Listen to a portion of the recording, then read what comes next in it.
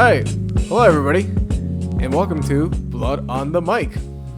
Hi, after a long hiatus. It's like a month. It was, I think, a little bit less than a month. I think we recorded it's basically been a month. Yeah. It's basically been a month. Who's counting really? Our two fans. Yeah, basically your brother. Yeah. And that's it, really. That really it is, yeah. Welcome back to Blood on the Mic. If you've forgotten by now, which, memories tend to be that way. This is a show that talks about all things music.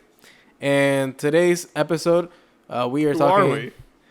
Well, my name is David, and your name is? Lewis. Yeah, and today's show we're particularly covering one album. This might be a recurring thing that we do, to be determined. We have chosen an album that is generally considered a blip or a like a bad mark on the discography of this artist. Like it was a bit of a pothole along the way. Yeah. So some people might consider it. We're doing this for Queen this week. We are covering the 1982 album Hot Space. Mm-hmm. And before we get started, Luis, what do you know about Queen and Hot Space coming into this? Coming into this, I knew nothing about Hot Space. Okay. Did you know it existed as an album? No. I mean, I didn't know the name of the album. The only song I knew on the album was Under Pressure because everybody knows that song. Of course, yeah. And I like this new setup. I got an armrest right here. I don't know how to look on the camera.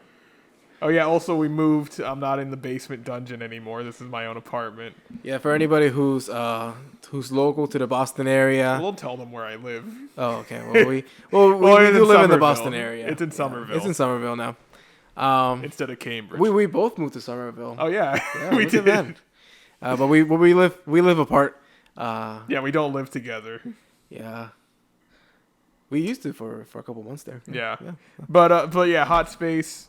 I didn't know anything about it, like literally nothing at all. I mean, you're a much bigger Queen fan than I am. Yeah. I like Queen. I've always liked Queen. I just never really got huge into their albums and stuff. I listened to a few of their like early albums, basically from like Queen 1 through like A Night at the Opera, A Day at the Races. Okay.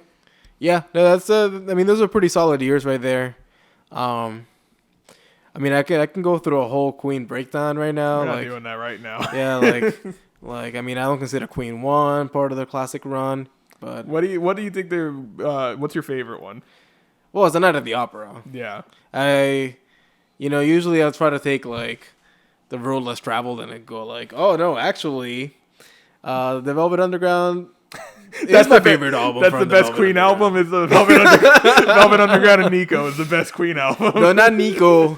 No, the third self-titled. Yeah. Actually, some days I'm like, oh, I actually like Loaded. Is that the name of the? Loaded is great. Yeah. Loaded is. I mean, it's them trying to go pop, and it's poppy, but it's like still Velvet Underground. So. Yeah. Some days I'm feeling like that. I love that album. But for Queen, no, it's definitely Night at the Opera. Queen is not. It has never really been considered an albums band. Yeah. I mean, maybe if you count like Queen 2 through Night at the Opera, it's only like 3 albums in there.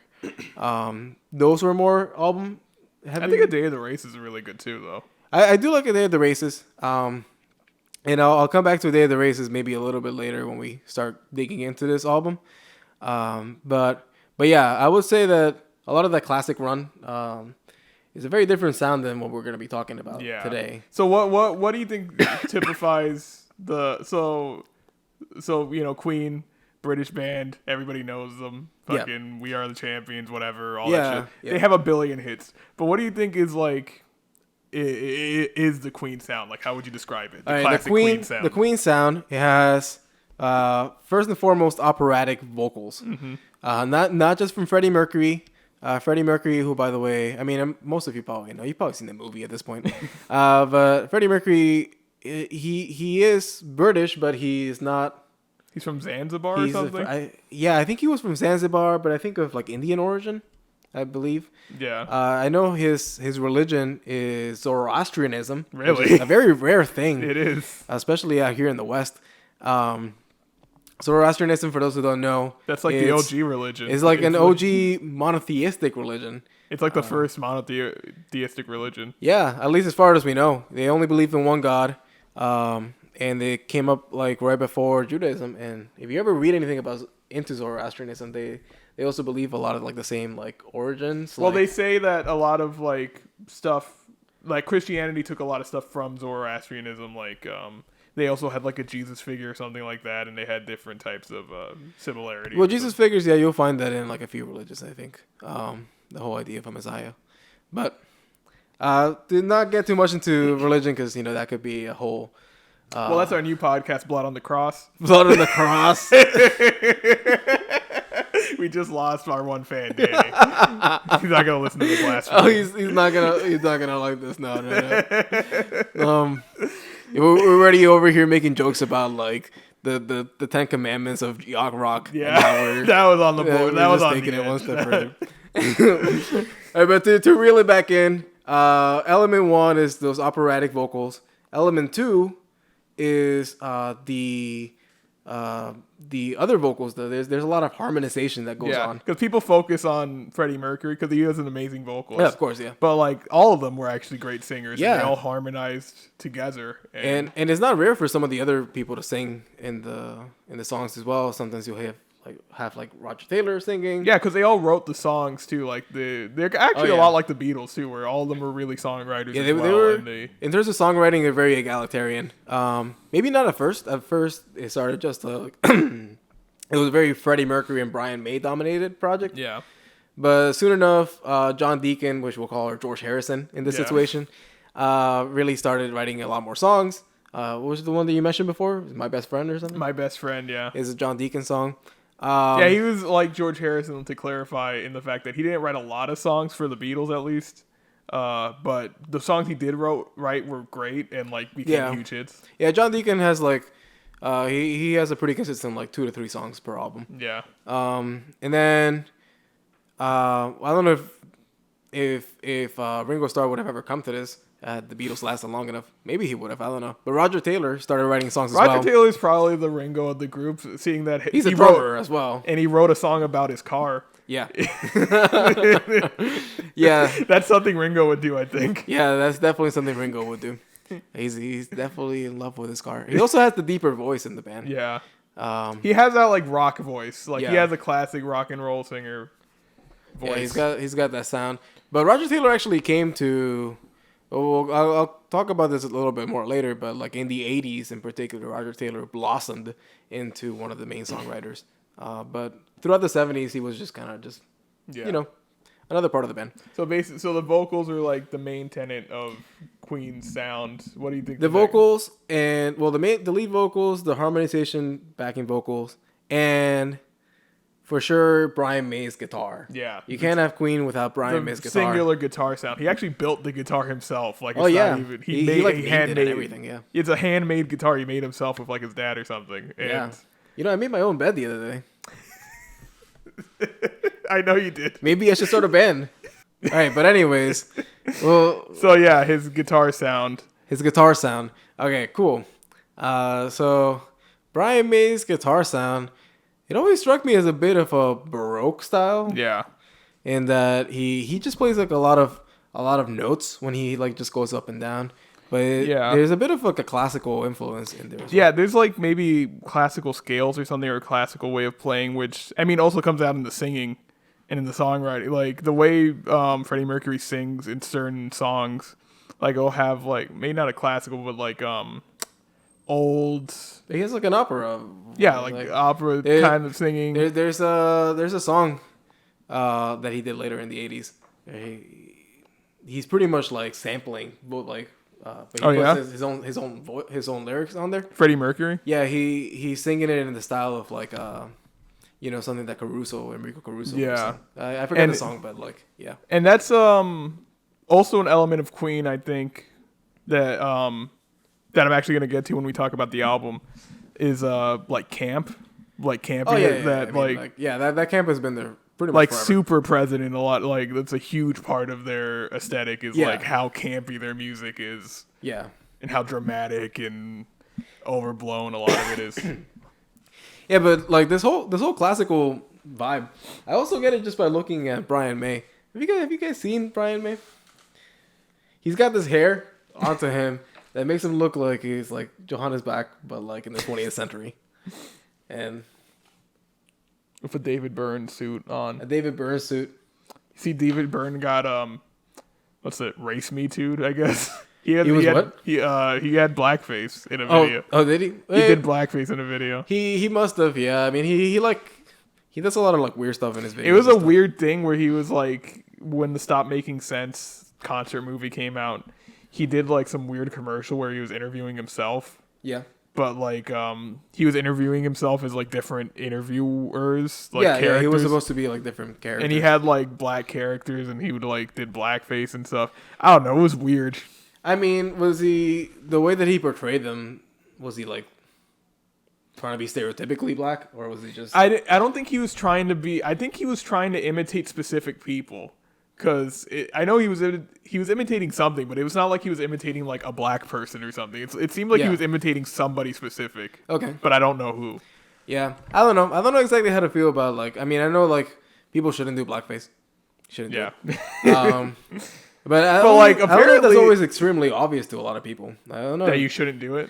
Like it's obvious to Americans. Yeah, it's not. I know, like you're from Colombia. Yeah, in Colombia we have like different things going on in carnival season. People put themselves in blackface and in whiteface, and like, you know, if anything, actually in carnival season, there's a lot more like homophobic stuff going on. Yeah, I mean, every culture, every country has their own different set of things. In America, everything is race. I think race is a pretty big thing in America. Yeah. It's like everything is racial politics, and everything goes back to race really here. Yeah, it's not like that in every other country. And David Byrne is American, so I mean, maybe it is expected that he should have. But the thing is, like, apparently, I didn't notice until recently when everybody started getting called out on their blackface. But like people were like, blackface was super common until like 10 years ago. Like I didn't know it was that much. Like Jimmy Fallon did blackface on SNL or something in like 2000. Didn't Tina Fey have like in 30 Rock, and I didn't even remember that she did that. I mean, these are not people who are like they're not like overt racist people. They're not racist. Well, Tina Fey, like a lot of her comedy is about race. Jimmy Fallon though is not like. No, but I'm assuming somebody wrote that part for him because he was on SNL at the time. So yeah, possibly. I mean, I don't know. I think the people that maybe we should have been listening to back then definitely have feelings about it. But I think the large majority of people at large. But I didn't realize how recently it was accepted. Like to be on national TV, SNL. Yeah. The Tina Fey 30 Rock was on NBC. Like nobody really. This shit had blackface on TV. Like I didn't realize that. And it was probably just another thing that they did. You know, that's right. And I lived through the time. I just didn't remember. You know, I just don't remember. I loved 30 Rock. I watched it when it was on. I didn't even remember that was there. Right. All right. But anyways, getting back to Queen. And you know David Byrne, I guess, and all the others. Well, David Byrne has nothing to do with this. Yeah. But getting back to Queen, so the elements that we were talking about. So there's the leading vocals, which are operatic. The backing vocals, there's some great backing harmonies and stuff. Yeah, they have a lot of harmonization because they all pretty good singers. The guitars, but there's nothing particular about the songwriting itself that I think is important. There's nothing defining about their songwriting. At least I haven't been able to pick something. Not specifically about their songwriting. They try a lot of different styles and things like that. They experiment a lot with the songwriting. But I don't think they have a specific sound like songwriting wise, but like they have specific sounds that they use a lot, and they pull a lot from classical music, like glam rock and stuff. And original. That's like what their sound is based on. But as the years went on, they definitely like added stuff to their mix. Which brings us to it brings us to the late 70s and early 80s really. I mean, this album came out in 82, and you want to just dig into the album? Let's dig into what the surrounding what was happening around this album. So it came out in 1982. This album, what was it influenced by? Why was this different in their discography? So this album is a little different. There was already kind of a trend moving into this album. So we talked about. Did we talk about it? We might have mentioned it earlier. If not, I'll say it again. that in the late 70s, the Queen had like this obsession with like guitar specific. Yeah, mean, they No synthesizers. Everything was just it was hard rock really. Like it was like that's the hardest that I think the Queen ever got in the late 70s. Yeah, and they specifically said that we don't use synthesizers. Yes. They put it on their albums. Yeah, you don't use synthesizers, and a lot of the songs were based on riffs and stuff. I think starting with like "Tie Your Mother Down," I think like that was one of the first like really riff oriented songs. But I mean, yeah, I specifically point out the album "Jazz" as like the peak of that. But then the game came out in 1980. That's the album that had like some of their biggest hits. The most important one was "Another One Bites the Dust." Yeah. You guys know that song. And that one had this huge bass line on it, this groove. And that was something that Queen was not really known for. Like they've always had a good bass. John Deacon's always been a good bassist. But this is like a funky bass groove. Like it was out of this world. And it shot to #1 all over the world. And it like helped Queen redefine itself in a sense. So this album that we're going to talk about, Hot Space, kind of moves in that direction as well, having a lot more funk. But also in the album The Game, that was the first album that they used synthesizers. Not in any overt manner. It was just kind of like the song Play the Game opens up with a synthesizer. Yeah. This like build up of a synthesizer. And still mostly a guitar oriented album, but that was kind of like, also there was a direction they were starting to move into, using more synthesizers in the music. They gave up on that whole we only make guitar music. Yeah. So I will say that's, at least from the band itself, that's like what's been going on. But there were other things going on musically at the time that I think influenced them as well. You want me to cover those as well, or? Well, yeah, that's what the sounds. Okay, Like what sounds did they take time. on the album? I mean, disco. So at the time, disco was already kind of like a slightly passing thing, especially in America. But a lot of like the offsprings of disco were coming around. Post disco, high energy, things that I covered in my radio show on WMBR. WMBR Cambridge 88.1. If you live in the Boston area, listen to it. If not, then it sucks for you. Oh, thank you. I feel so honored over here. But there was this whole the whole club night, like nightclub scene has really blown up by the early 80s. Specifically huge for the gay community. Yeah. And for those of you who don't know, Freddie Mercury is a gay man. And so... yeah. And that'd be funny if there was he's not gay anymore, I guess. He's gay in heaven, don't worry. Okay, in heaven. Okay. He's still gay then. But that'd be funny if there was a Queen fan that didn't know. And he's like, what? Like, I can't listen to this gay shit. I gotta burn all these Queen records up in the middle of a baseball field. Yeah. But Queen. The Freddie Mercury. He's gay. He was very influenced, I think, by the gay nightclub scene that really blew up by the early 80s. Yeah. And at that point, it was exclusively gay because disco died around 1980, and so the only people who went to nightclubs were like, basically just gay men. At that point anymore.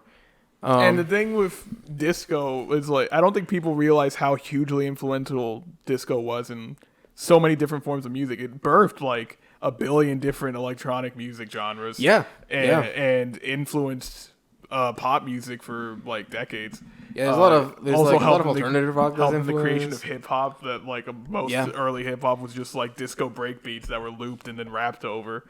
So it's true, and the only reason that came around was because disco songs had to be long enough for people to have a good dance to. Yeah.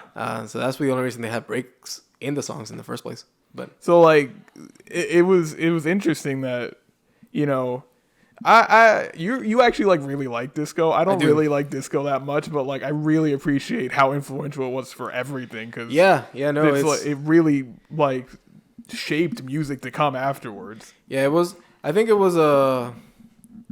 I mean, at the time in the late '70s, there was a lot of stuff going on. So I can't say that disco was like the sole watermark of the time. It wasn't, but like because it was also punk and there was just more electronic music at large, like new wave and. But even punk and new wave, well, not punk really, but like post-punk and new wave was influenced by disco. Yeah, no, for sure. Yeah, just listen to some Duran. That's some disco right there. Yeah, and so it's just, I don't know. It's just disco is so like how would music sound if disco was never invented? It'd be less groovy. Which sucks. Groove's awesome. Yeah, groove's awesome. Yeah, right. Yeah, no. Disco was a big thing in this record. Not directly, but like kind of like slightly indirectly. But the first offspring of disco, which were like high energy. Yeah, high energy. A lot of like this. There's a style of funk that was popular with a lot of New York producers, and it was like this really heavy synthesized bass. Was it called like electro funk or something, or? Well, there's those things. Yeah, there's those things. But this is a style production that was used by like a lot of different people, like James Brown when he did like Living in America. That was like that did style did of like funk. Prince do the sound a couple times too? Yeah, but Prince also had like his own sound. I'm thinking of like a sound. It's like this big, clunky sound. It's you ever listen to like Leonard Cohen's like '80s stuff? No. Leonard Cohen Leonard Cohen. If you Did he do fucking the like high energy fucking? He Leonard didn't. He Cohen didn't song? know. But he had a lot more groovier stuff in the '80s, and especially the song "We Take Manhattan." Today we take Manhattan. Then we take Berlin. That song has like a very heavy synthesized bass in it, and even if you listen to his song "Hallelujah," like the album that came from has a lot of like more synthesized bass, but whatever. But basically, these were the sounds that were happening at the time that they were getting inspired by. But not all of them. Really, just Freddie Mercury and what's his name? And John Deacon, the bassist, and of course the bassist would be intrigued by all this stuff.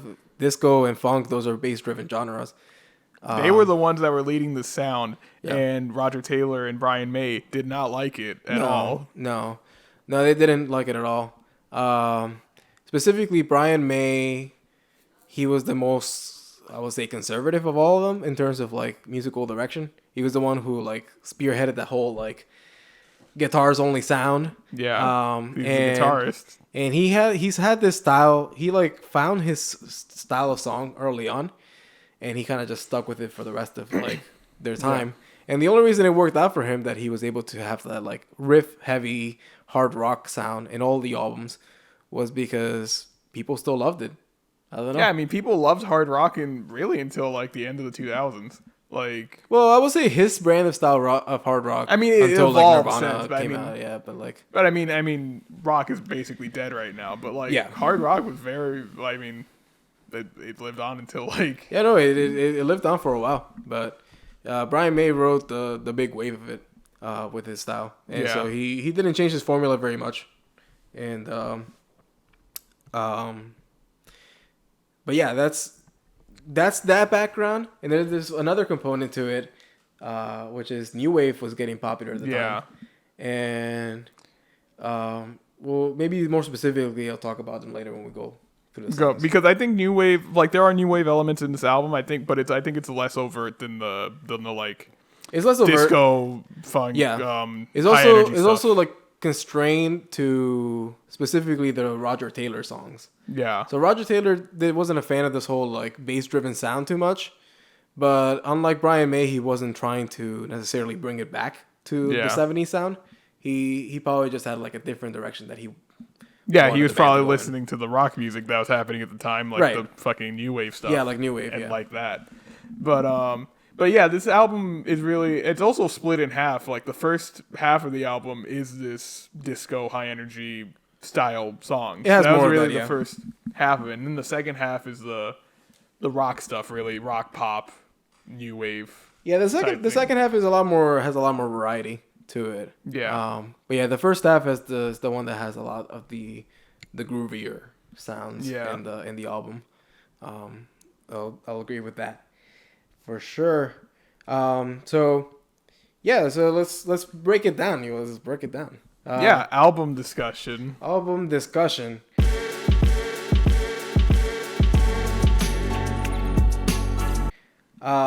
So I'm gonna go start off with like my hot take of this album. Okay.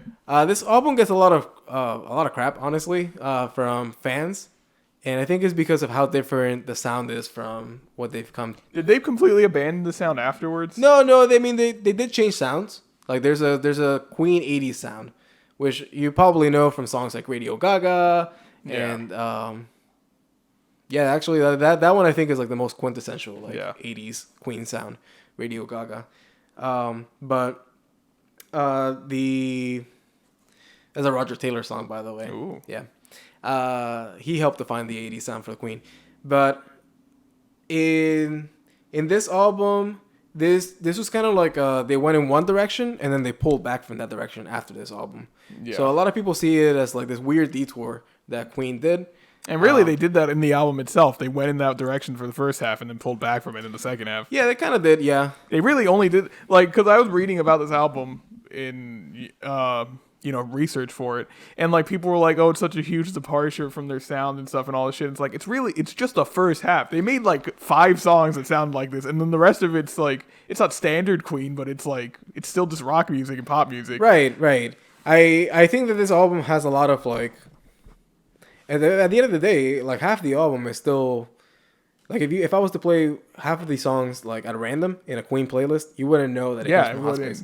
Like you might be like, oh, it comes from like that period in the late '70s, early '80s, but like you wouldn't know that it comes from this album in particular. Yeah, but putting it up front, I think is a bold move. Yeah, and also the singles from the songs, the singles were those. Yeah, the singles were chosen to be those albums. So the direction was intended to be those songs.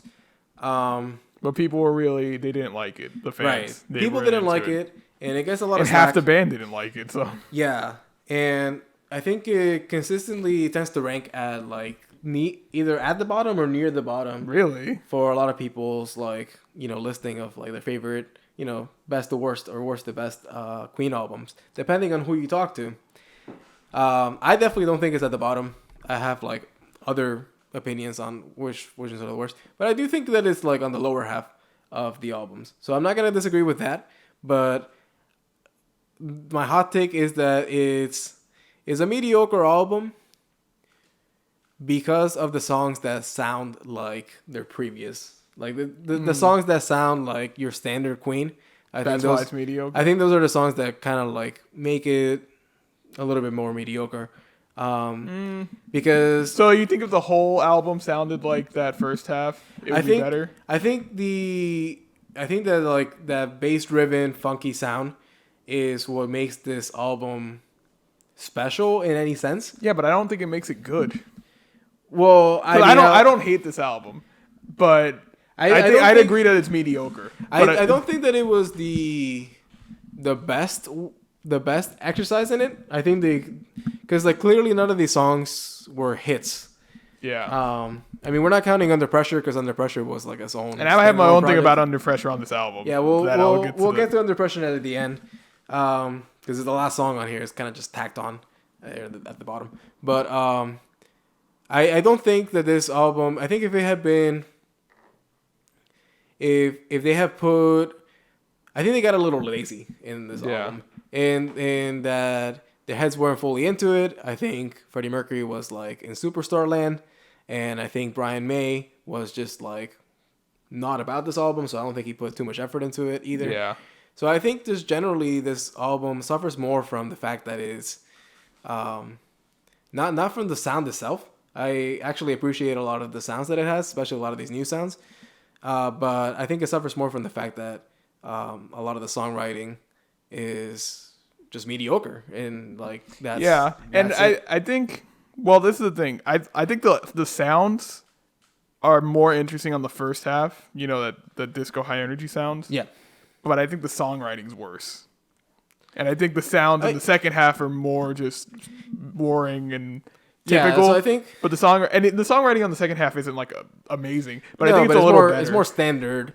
Well, because I don't think I don't think they did that style very well. The disco high energy funk thing. I don't, No, they weren't the best at it. So I think that's why I think that might be ultimately like part of the reason they decided to move on, because they were like, well, we're not gonna be like Chic. We're not gonna be like I don't know who, whoever who was popular in 1982 anymore. I don't even know, but they just knew that they one. I think the public was like moving away from those sounds already.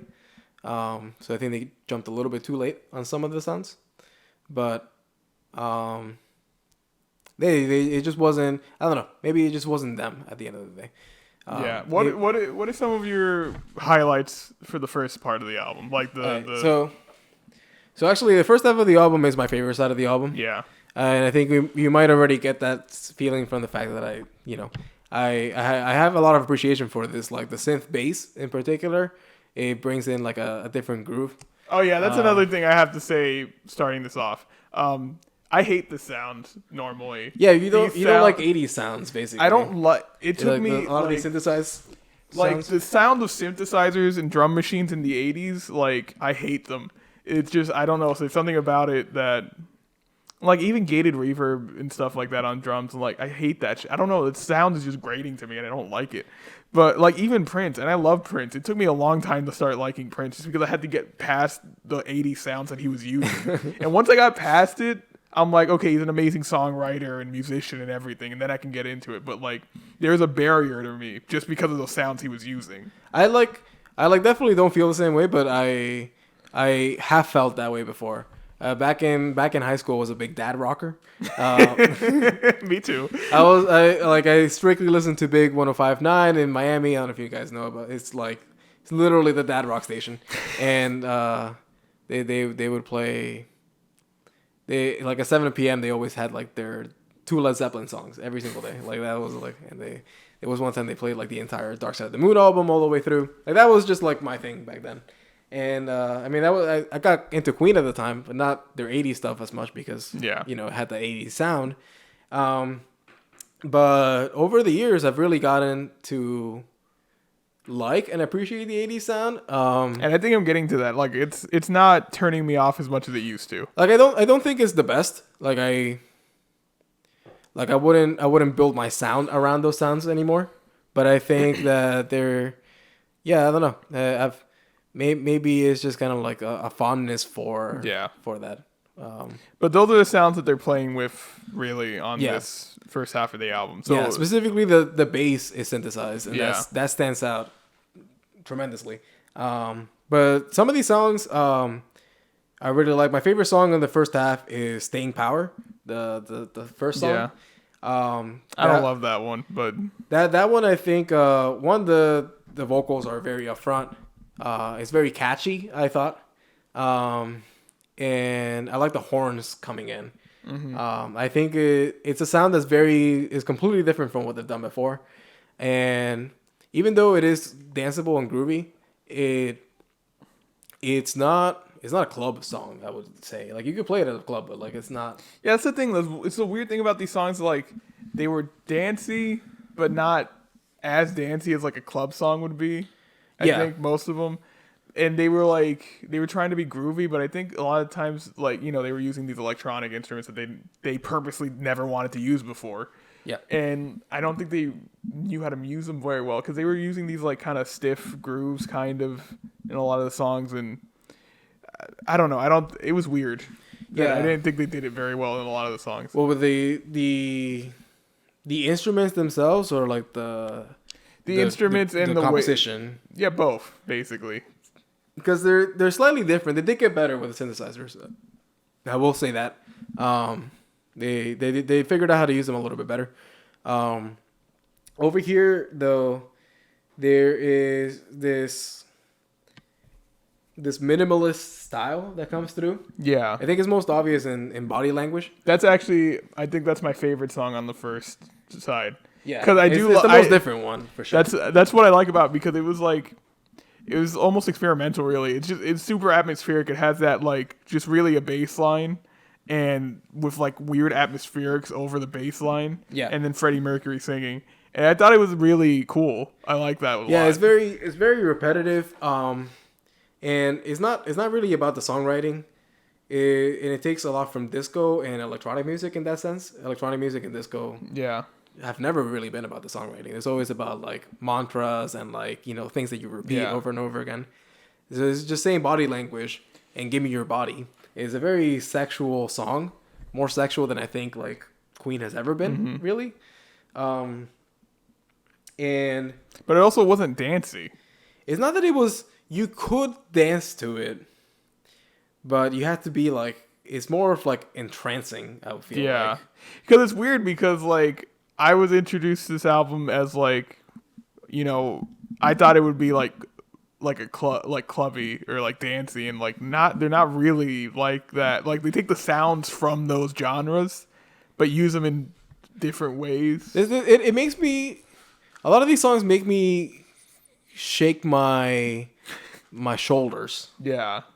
But it doesn't make me want to get up and dance, if that makes any sense. But that's why I look at these songs kind of as failures, because it's not like they were taking those sounds and using them in a Queen way. Because they were still it sounds like they were trying to write songs that were like those genres, but just didn't do them correctly. Yeah. Well, I mean, if you think back to like Another One Bites the Dust is very different from every other Queen hit. Yeah. And I mean, maybe they should have realized that and like not kept going in that direction. That maybe it was just a fluke. That it was just like this one time it really hit. But like, but yeah, it's not a very Queen sound. You're right, because it doesn't use that Brian May guitar. Mm-hmm. It doesn't really make use of those backing vocals either. Yeah, it really mostly just relies on John Deacon's bass, which has never really been. I mean, he has a strong bass, but it's not like a core. He's a competent bass player, and he has cool bass lines, but it's not like bass is the core of that. Yeah, it's not the core of the band.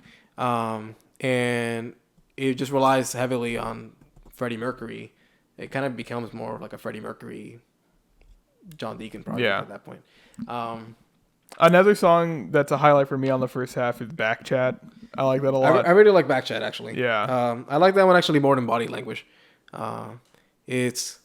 Just because it's the most frisk, dancey. I don't know. It's back chat.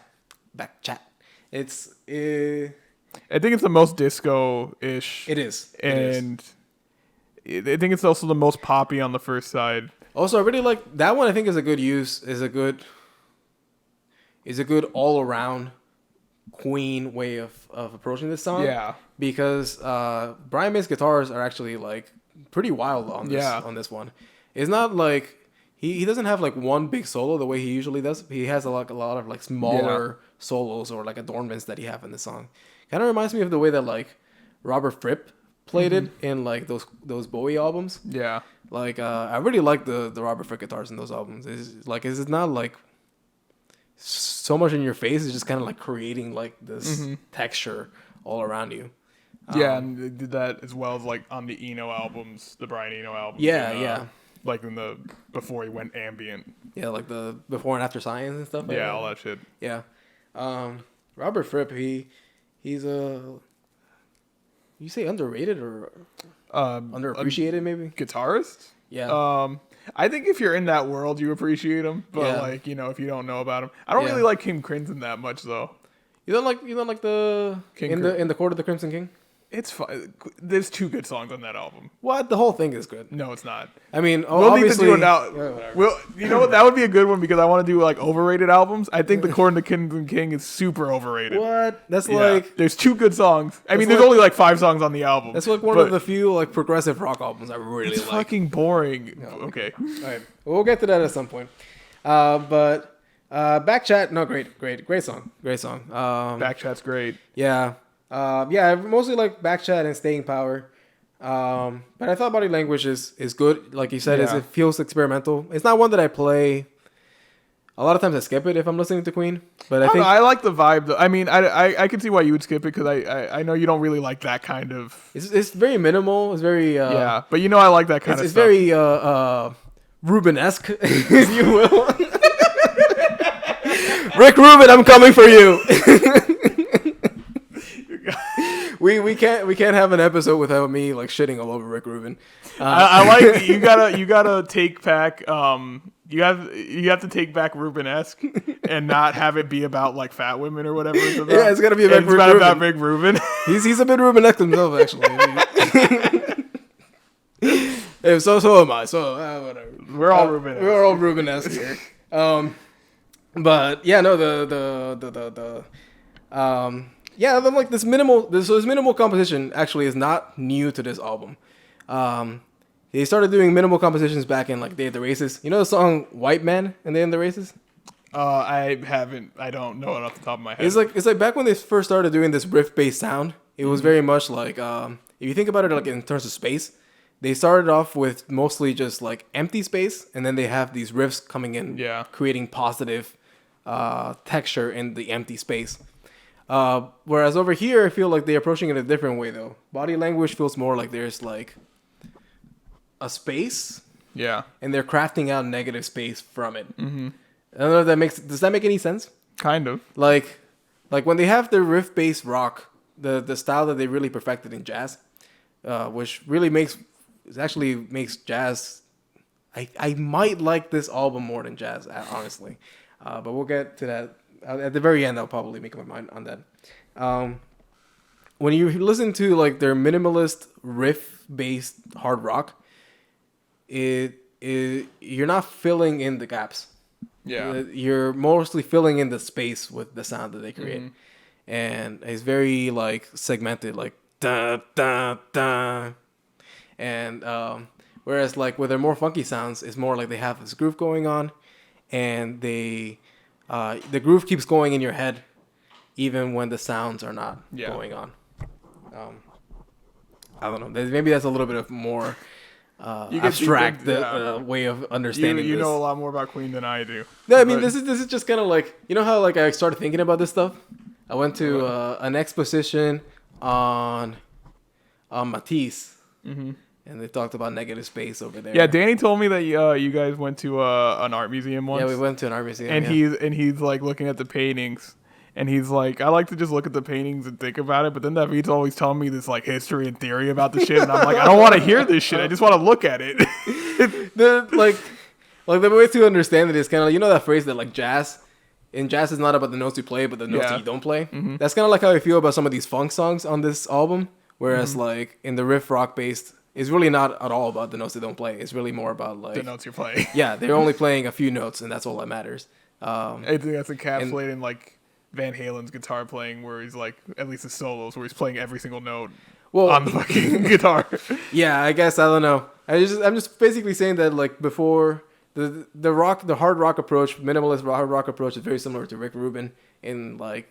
Well, he took those sounds, I think, a lot. Yeah, he did actually. Yeah, a lot of that late '70s hard rock is the big Rubin's guitar like hits and stuff, and but this funk is minimalist in a different sense, is what I'm saying. Like there's a groove and there's a lot of like empty space, but it's because it's creating tension. Yeah, if that makes, I don't know. But also I want to talk about Action This Day, because that kind of had like it kind of sounded like David Bowie to me.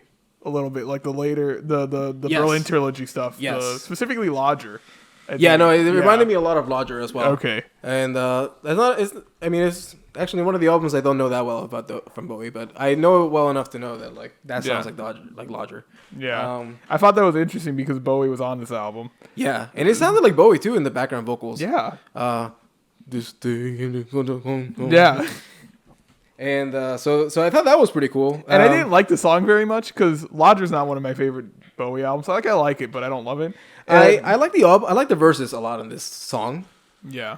I don't like the chorus. I hate the chorus. I thought there was a mismatch between the verses and the chorus. Also, I also love the saxophone solo in the song, because the saxophone, specifically the tone of the saxophone, I like a lot. Like, you know what I'm talking about? I didn't catch on to the saxophone solo. Well, I don't know. Just for me, when the saxophone solo came on, like, it just, like, I love this. I don't know. Just the tone of the sax. I don't know. I mean, it's a very new wave thing to do, to, like, throw in a saxophone solo. But it doesn't sound like a regular saxophone. It's like, it sounds kind of grimy and kind of like harsh, the saxophone sound. And it sounds like also something like a David Bowie style. I was gonna saxophone. say it sounded like a saxophone that would be on a David Bowie Yeah, song. no, I think that. I mean, that I wrote it down in my notes over here. It's a Bowie new wave song. It's like it sounds a lot like Lodger. Yeah. And yeah, so like a lot of like that pre synth pop new wave. Mm-hmm. And that song was written by Roger Taylor.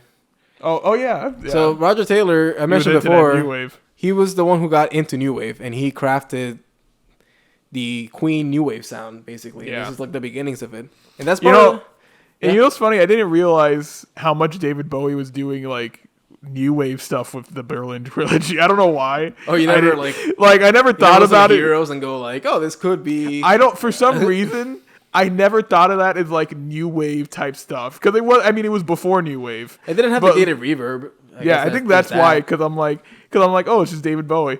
I don't know. It's hard to categorize what David Bowie does really a lot of the time. I mean, some people even go so far as saying that David Bowie is like the architect of new wave music. I didn't realize that until hearing this. Because like that's just so removed from new wave to me for some reason. And like it's a little different for sure. But no. I just think it's funny because like he kind of like started that new wave sound, and then in the 80s he just doesn't really do it anymore. Like he went more a pop direction. Yeah, he went in a pop direction.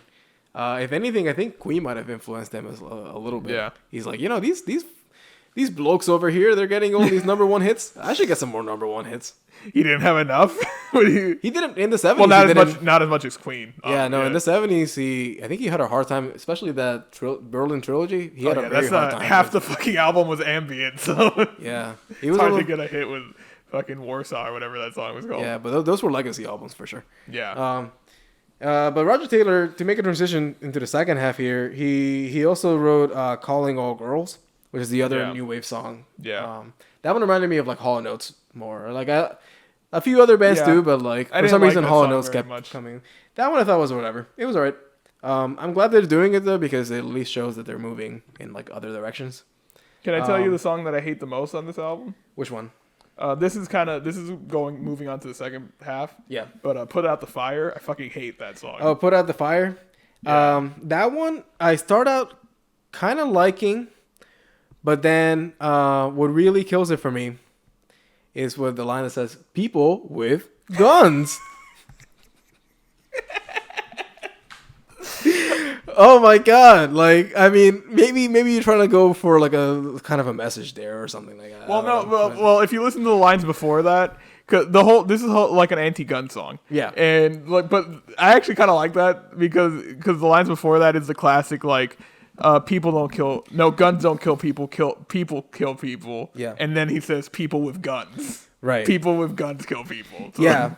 No, I get it. I don't know. For some reason, I think it's fun, but just the way he says it is like. I mean, we're not gonna talk about my stance of guns. I think I'm more of like a common sense kind of person when it comes to guns. Yeah, I got a stockpile in my office. I'm trying to start Waco in Somerville. No, we're not. No, we're not. No, we not. I am. He's not. So it's not a we. It's a me. But. I consider myself common sense, but like I have yet to hear an anti-gun song that I like. It always seems so. Yeah, at least to me, it seems so like shoved in. Like I don't know, like so forced. I don't know, an anti. We have company. Put your clothes on. Get over it. Sorry, my wife is insane. But what were we talking about? Songs about guns. Songs about guns. But yeah, the reason I hate this song is not about the message. Like whatever, it's about guns. Don't have them, I guess. I don't know. No, I mean it's not the message that I'm against. I think the song is just so fucking derivative and boring and stupid. It just sounds like a stupid like anthemic rock song thing. It's just like boring riffs, not inventive at all. I would be cautious at calling it derivative though, because this is the song, this is the sound, this is the Brian May sound, basically. Okay. This is the sound that he had a derivative sound then. Well, a derivative of what? Of his own songs? Like. Well, this was 1982, right? Right. So what were the biggest hard rock acts at the time? You know more about the 80s than I do. Because this sounds like, I don't know, this sounds like that anthemic rock music. It sounds like. Yeah, I mean, it sounds like it could be like Styx or something like that. Yeah. But like, the thing is that Brian May was one of the pioneers in that sound. But like back in like 1975. Okay, you can be derivative of yourself. Yeah, you could be derivative of yourself. Like- I mean, but the thing with Brian May is that like he doesn't like changing his sound. That's the whole aspect of him. So that's why he was so upset that the band was moving away so much from hard rock because he didn't want to like change that. So like actually all of Brian May songs in this album are my least favorite songs. Which ones were his? Put Out the Fire, Dancer, which is on the first half. Dancer, I don't like either. That one, Dancer, is actually like that sounds exactly like a lot of the jazz cuts. The songs in the It's like album. He put his hard rock stuff on top of like a synth bass in a drum machine, basically. Yeah. And then his other song was wait, is it actually? Oh yeah, Las Palabras de Amor. He wrote that? Yeah, he wrote that one. Actually, it's surprising, and not too surprising though. I like that song though. That one's a ballad, and he doesn't always write ballads, but if somebody's gonna write a ballad, it's either gonna be him or Freddie Mercury usually. Yeah. Back in the days of like Queen 2, he wrote like the White Queen. I think that one's a ballad that he wrote there. Well, the other ballad on the album is actually one of my favorites. Is fucking Life Is Real. I love that song. Real. That's the only song on the album that sounds like a Queen song to me. That song sounds like a John Lennon song. No, it has the fucking Queen like ballad sound to it. It does have it, okay. The second half of that song does. The song starts. The melody is a very Queen melody. The way that he's singing on the song is very Queen like. There's like There's like vocal lines that are very Queen. It's a very it's a very like Day at the Races, Queen, Night at the Opera kind of Queen song. It starts off. It's a song about John Lennon. It's about John Lennon. I mean, everybody had a song about. I think John the song is. I think it has a parentheses for John Lennon. Or something it's a song that. for Lennon. The very start of it sounds like Mother to me, because it has like the doo, doo, and then it just starts off. They don't do it as drastically as John does, but like, and then the parts of it kind of remind me of like Number 9 Dream as well. Like the Revolution Number 9? Or? No. Number 9 Dream is one of his like mid-70s songs. One of John Lennon's mid-70s. Oh wait, was that on his last album, Double Fantasy? No, it was like I think the album before that. It was like it was like 1975. It was like before he went on a hiatus. Okay. Yeah. I'm not super knowledgeable about his solo discography, but besides like Imagine and. Besides his first 2 albums. Yeah. I mean, those are the best too from him. Yeah. His best solo albums. But yeah, Number 9 Dream is actually one of my favorite songs from him. And I kind of heard a little bit about it in there. And but it has that piano bass. But like to me, this is like a classic Queen ballad. Yeah. It has that classic Queen sound. It has like operatic elements in the singing. It has those harmonies.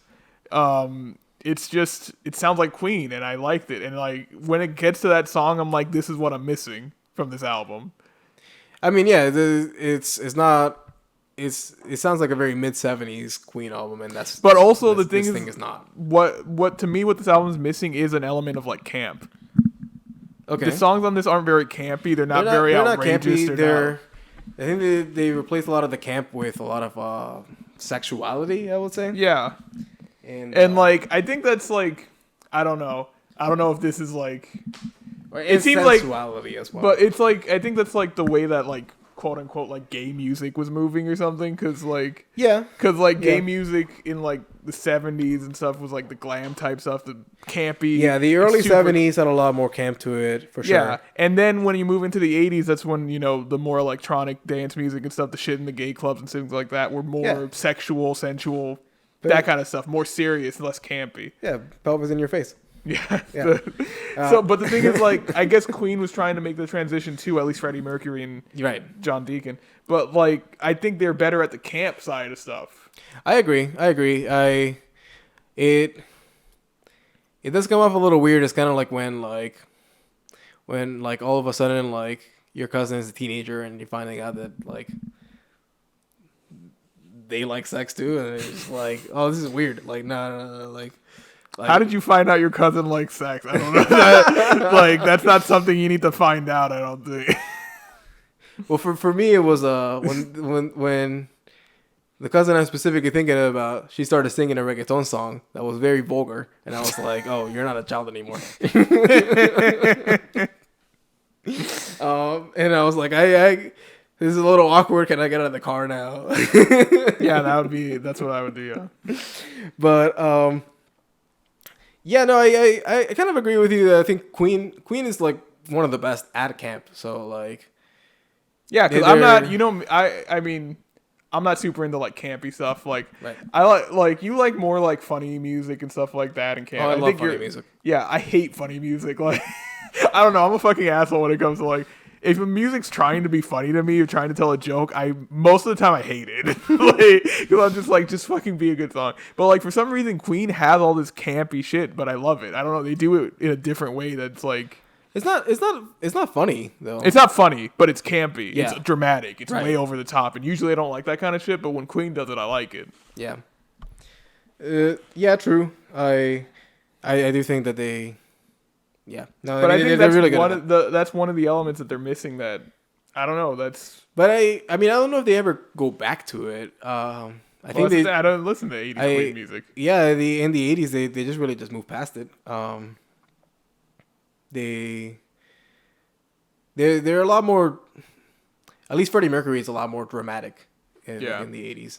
This is the most sexual he gets in this album. That's what I was gonna say. His singing is always dramatic. I don't think his singing is very, very dramatic in this album. It's more toned down. It's only dramatic in maybe a couple of songs. Yeah. I think Body Language, he's like impassioned.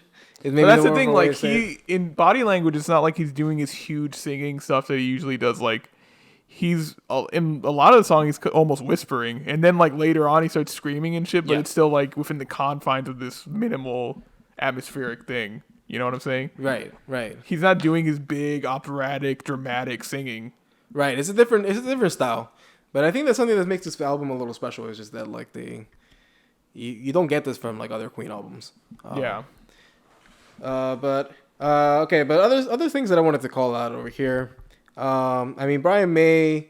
I mean, we those two Brian May rockers. Just to say it, like Dancer is like his late 70s jazz era rocker, which luckily for us he would move past.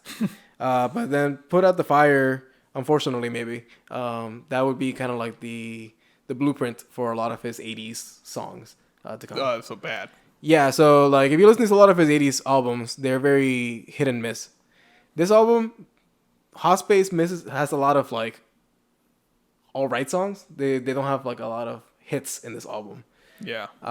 Whereas like a lot of the 80s stuff is very, and actually even some of the late 70s stuff is very what's the word I want to use here?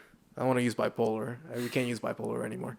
It's very black and white. Is that can I say black and white? Just say something. You can't get canceled if nobody knows who you are, so it doesn't matter. It's very black and white in the sense that like a lot of those later albums were just like huge hits or just complete clunkers, and that's just what you had to deal with some of the later Queen albums. So I don't recommend the albums for that reason, but I recommend a lot of the songs on those albums. This album, surprisingly for me, seems very. Even though not all the albums, none of the songs are great. None of the songs, for me at least, are clunkers in that sense. Yeah, I don't think any of these songs are, well, except for Put Out the Fire, I don't like at all. But none of these, like, it's pretty decent throughout. The album is mediocre, but it's not like, there's not a lot of songs here where I'm just like, I have to skip it or anything. It's like, yeah, they're fine, they're cool. Yeah. Oh, actually, one song that I missed is actually my favorite song in the album. Mm-hmm.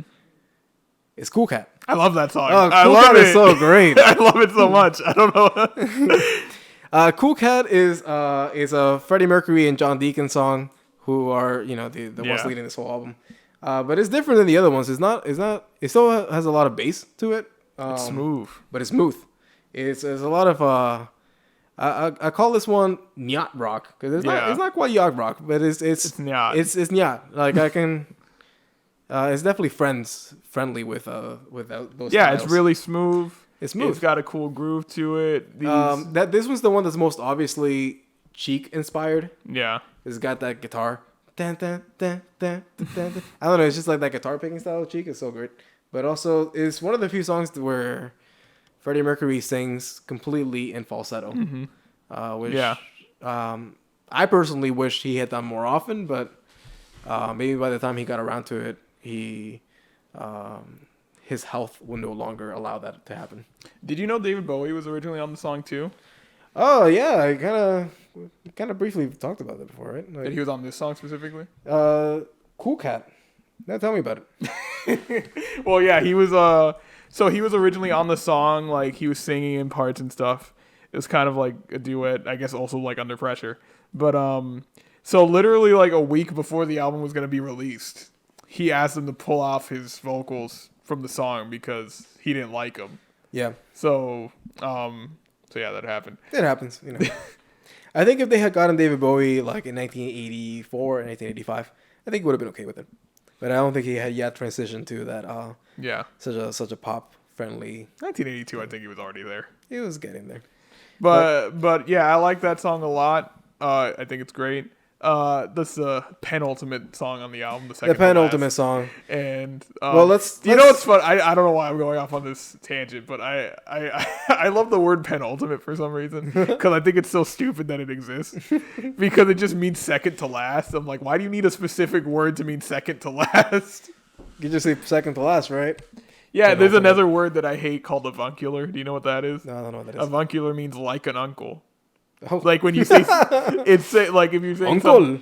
So like if somebody's avuncular, that means they have the qualities of an uncle. It's like, what's the qualities of saying my brother has a kid? Like, what are those qualities? You don't know what an uncle quality is? What's that? Being creepy or? Oh, cool. I guess in some circles, I guess it is. Being like an uncle. That word comes up a lot. Like I first heard that word like when I was in college. I have an English degree, so I was in these literature classes. It pops up a lot in like early 1900s novels for some reason. Yeah.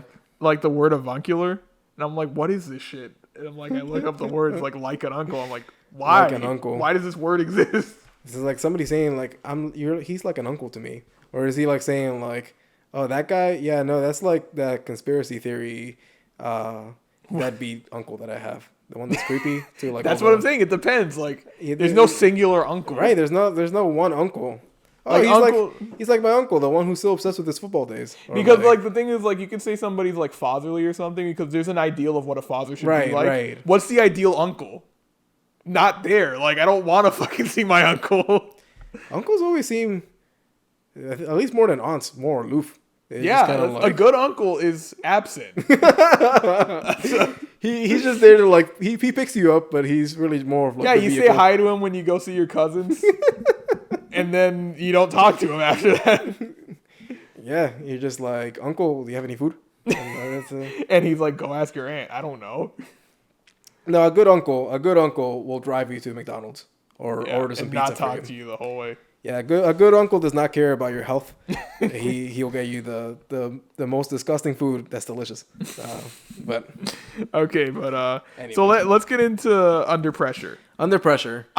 For me, is Under Pressure, first of all, do you think this is really a part of this album or is it more like... That's the thing. Like I thought this was like a bonus track or something, but it's like it's legit. This song should not be on the album. It doesn't fit with the album. It definitely shouldn't be the closing song because I think Cool Cat is a better closer for the album. I think that would have been a great closer for the album. But then like Cool Cat happens and then fucking Under Pressure is just shoved at the end. And I'm like, this doesn't sound like anything else on the album. It's not a good closing song. I don't even know if it would fit if you put it anywhere else in the album. I think it should have just been a single and then not been on the album. Because it is a great song, but I don't think it should be on the album. It was a selling feature, which is a big thing for Queen. Yeah. They're definitely a very capitalist band.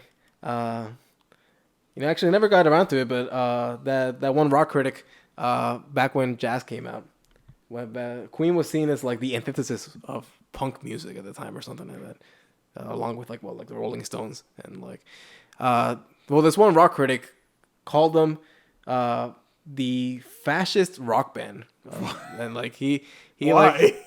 like because their sound was all about power.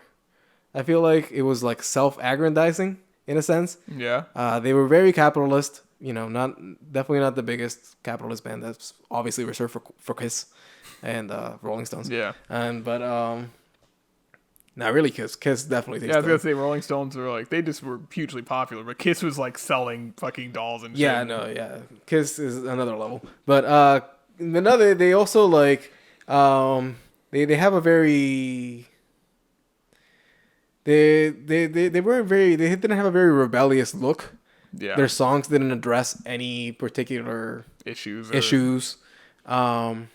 And they almost seemed, especially at the time, they seemed like music for the upper class, if that makes any sense. They seem to have, if you squint the right way, they seem to have like an air of superiority, because they're, you think about like Day at the Races, they have like they take at that time I guess they were taking a lot of aesthetic of like specifically like upper class elegance, almost like, at least specifically those two albums, Day at the Races and Night at the Opera, like they did have that aesthetic of like British nobility kind of thing, or like right. But I mean, I think it was a cool aesthetic for the albums, but I could see if somebody's like, oh, they're so posh, fucking. I mean, this rock critic got like a lot of backlash for this, because it definitely went. They thought it was a little bit too far. His criticism on them. But yeah, that was the fascist rock band thing. Anyways, Under Pressure though. So let's talk about Under Pressure as a standalone song then. Yeah. Because like we clearly both agree that this should not have been on this album. No. It's a good song. It's a good song, yeah. I don't know. Part of me wants to say like, what else are we gonna say about Under Pressure? We all know Under Pressure. Yeah, it's a good song. It's got a good bass groove. Yeah. I think this is one of those cases where like they actually did a good job with the bass groove. It's got a lot of David Bowie. I particularly like David Bowie's build up towards the end. But also a lot of Freddie Mercury displays a lot of his range, his vocal range in this song. Do you think this sounds more like a Queen or David Bowie song? I think it's a good compromise between the two. Yeah. Because it's not a full Queen song because it doesn't have any Brian May. Like maybe he's in there a little bit, but like there's not a guitar solo. And it's not a full Bowie song because this is way too anthemic to be like a David Bowie song. I think they just get a lot of like good features from both of them. Yeah. That mix well together, and this really is like a good mixture of their sounds. Right. There's a lot of cases where bands come together to form like a mashup sound. Yeah. That don't work out very well, or seems a little forced. But this one over here, they did like a really good job in like getting the two sounds to mix. But yeah, I don't know. It was a huge song, 1981 #1 hit. And I would say it's probably. I would say that song ended a period for them. Mm-hmm. They're like super dominant arena rock late 70s period. Yeah, I can see that. Yeah, I don't know where this album stands. Hot Space, because it's clearly not the start of their 80s sound, because they like put that car in reverse as soon as like this album was over, and they went in like a slightly different direction. But it's not a finale to their previous era either. I don't know. It's almost like a standalone album. Yeah, it is. I think it's just a detour, really. Yeah, it is. But okay, cool. Yeah. All right. Final take on this album. Final thoughts on this album. How'd you feel about it? It's all right. It's all right. It's I don't know. It's interesting to hear Queen do these sounds, but ultimately, the songs aren't amazing, and it's kind of just a detour. Because it also didn't lead to anything. Not too much. There's a few songs here and there that you could say like, oh hey, it's like the beginnings of that. But no, for the most part, it's really more of a detour. I think is the best way to talk about it. I think it's a lot better than what some people give it credit for. In fact, I don't think I can already think off the top of my head like 3 other Queen albums that I think are worse than this album, or at least maybe equally as mediocre overall. But like, So this is viewed by a lot of people as their worst album. a lot of people, yeah, because a lot of people tend to like their 70s sound and their 80s sound, but they don't like this hot space thing. Is kind of like, especially at the time, a lot of people viewed this album in a negative light. Because they saw it as like their disco album or whatever. Yeah. Even though we already talked about, there's not really that much disco in this album. Well, stuff influenced by disco. Yeah. Yeah. No. I mean, I don't have like a poll of like what people think are the best and worst. But it generally definitely ranks. It's like one of those albums that's easily derided because it's like comes in the middle of following such a like long run of seemingly great albums or classic albums from them. So it's just kind of like that album that like it's like a pothole. Even though I don't think it's the lowest point. I think it's the one that like you feel the most along the way. Yeah. Okay. Yeah. But I actually think it's not that bad. It's not. I mean, yeah, I didn't know there was that many strong feelings about it from Queen fans because I'm not a huge Queen fan, but yeah, and in fact, I think the best songs on it are the ones that people used to hate this album for. Yeah, I mean, I don't know. I don't have much to say about this anymore. Okay. All right. Well, we're shutting this down. You guys can always follow us at Blood on the Mic on Instagram. Blood on the Mic at Blood on the Mic on Instagram, Blood on the Mic 1 on Twitter. Follow me at Torna Lewis. He's been making beats. Yeah, I've been making beats. You're a rapper. No, if you're a rapper, get on my beats. Parappa the rapper. Fuck. If he's around, he can get on my beats too. Yeah. But yeah, check those out. Yeah, those are our main social. Maybe we're on Facebook as well, but. I mean, yeah, get on Facebook too if you're on Facebook. Yeah, sure, whatever. We're on YouTube. If you're listening to our podcast, you can see our faces. And if you want, yeah. But like, comment, subscribe.